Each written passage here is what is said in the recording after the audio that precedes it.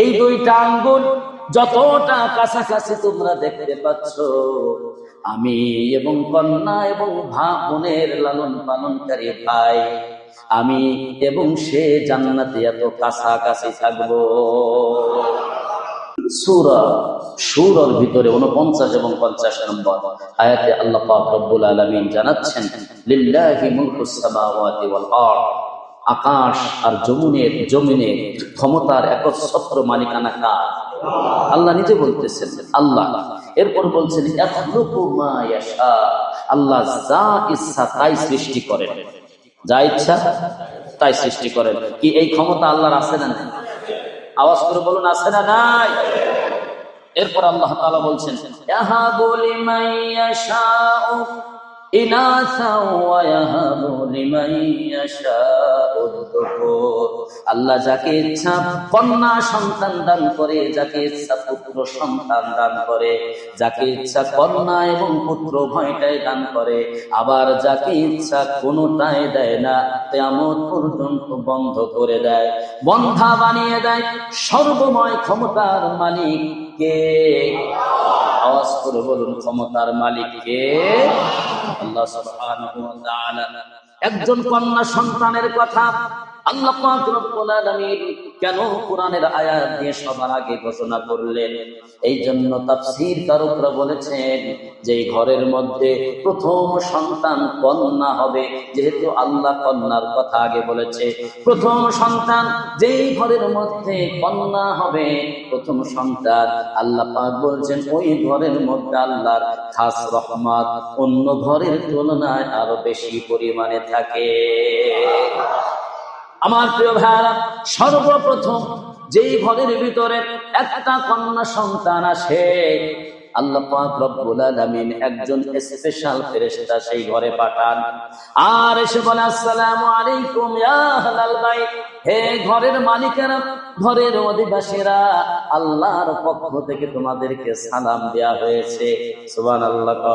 এই কন্যা সন্তানের মাথার উপরে রেশমের মখমলের জান্নাতের একটু সুন্দর রুমাল দিয়ে মাথা বোলায় আর হাত দেয়, বলে ও কন্যা সন্তান, একটা দুর্বল দেহ থেকে একটা দুর্বল দেহ বের হয়েছে, সুতরাং তাকে, এই সন্তানকে যারা লালন পালন করবে, তার মুখে খাদ্য তুলে দেবে, তাকে সুশিক্ষায় শিক্ষিত করবে, আল্লাহ পাক রব্বুল আলামিন তার উপরে খাস রহমত নাজিল করবে।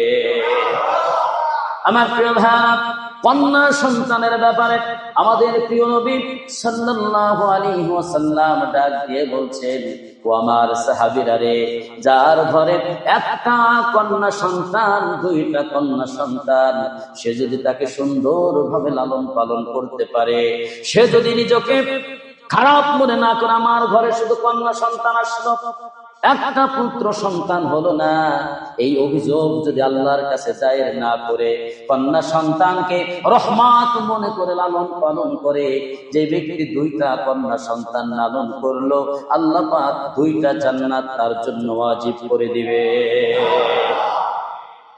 মান কানা লাহু সালাসাতু আবিয়াতিন, আমার নবী বলেছেন, যে ঘরে তিনটা কন্যা সন্তান আছে, আও ইখওয়াতিন, কিংবা তিনজন বোন আছে, বাবা বেঁচে নাই, ভাই বেঁচে আছে, এমন ফ্যামিলি আছে না নাই?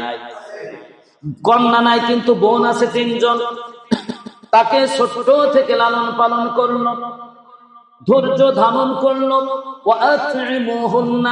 সেই বোনদেরকে, সেই মেয়েদেরকে খাবার খাওয়ালো, সুশিক্ষায় শিক্ষিত করলো, পাত্রস্থ করলো। নবী আমার বলছেন, এই ভাই, এই পিতা কিয়ামতের কঠিন ময়দানে আনা ওয়া হুয়া কাহাতাইন, এই দুইটা আঙ্গুল যতটা কাছাকাছি তোমরা দেখতে পাচ্ছ, আমি এবং কন্যা এবং বোনের লালন পালনকারী ভাই, আমি এবং সে জান্নাতে এত কাছাকাছি থাকবো। আমার প্রিয় ভাইরা, একটা হাদিস আপনারা দেখাইতে পারবেন না, একটা হাদিস দেখাইতে পারবেন না যে দুইটা ছেলে হয়েছে, তিনটা ছেলে হয়েছে, তার যদি কেউ লালন পালন সঠিক ভাবে করে, দুইটা জান্নাত, তিনটা জান্নাত তার জন্য আল্লাহ লিখে দিবে। এমন আছে কোথাও? জোরে বলুন, আছে? নাই। কন্যা হচ্ছে, নবী করিম সাল্লাল্লাহু আলাইহি ওয়াসাল্লাম বলছেন, সাবধান, লা তাসুব্বু আবুল বানাত, সাবধান, কখনো তোমরা কন্যা সন্তানদেরকে গালি দেবে না। ইন্নী আবুল বানাত, কারণ আমি হচ্ছে কন্যাদের পিতা। সুবহানাল্লাহ। যাদের শুধু কন্যা হয় তাদেরকে গালি দিও না, অপছন্দ করো না, কারণ তোমার রাসূল কন্যা সন্তানের পিতা। সুবহানাল্লাহ। কারণ তুমি যদি খালি দেখো তোর খালি মেয়ে হয়, তোর বংশের বাতি শেষ, এই ধরনের কথা বলার মুসলমান আছে না নাই? বুঝে বলে না না বুঝে বলে? এ যদি বলে সরাসরি কথাটা যাচ্ছে কোথায় হিসাব করছে? নবীর ঘরে চলে যাচ্ছে না? কারণ নবী কোন পুত্র সন্তান তার বেঁচে ছিল না, শুধু কন্যা সন্তান বেঁচে ছিল। এই কারণে আবুল হাবরা উতবারা মিছিল বের করেছিল, মিষ্টি বিতরণ করেছিল। নবী নির্বংশ হয়ে গেল, তার কোনো পুত্র বেঁচে নাই, খালি মেয়েরা বেঁচে আছে, আনন্দ উল্লাস করেছিল। সুতরাং প্রতিবেশীর ভিতরে, ভাই বিরাদার প্রতিবেশীর ভিতরে যদি ছেলে সন্তান না হয়, শুধু কন্যা সন্তান হয়, অনেকেই টিপ্পনি মারে, টিটকারি দেয়, তোমার ঘরে পুত্র নাই, অত বাড়াবাড়ি করো না, এরকমের কথা বলার লোক আছে না? আপনার এই কথাটা সরাসরি মদিনার ঘরে যে আঘাত করবে। সাবধান, কন্যা সন্তান হলে তাদেরকে খাটো নজর এবং খারাপ কোনো কথা দিয়ে তাদেরকে কষ্ট দিবেন না, কারণ নবী বলছেন ওই কষ্টটা আমার কাছে চলে আসে। আল্লাহু আকবার।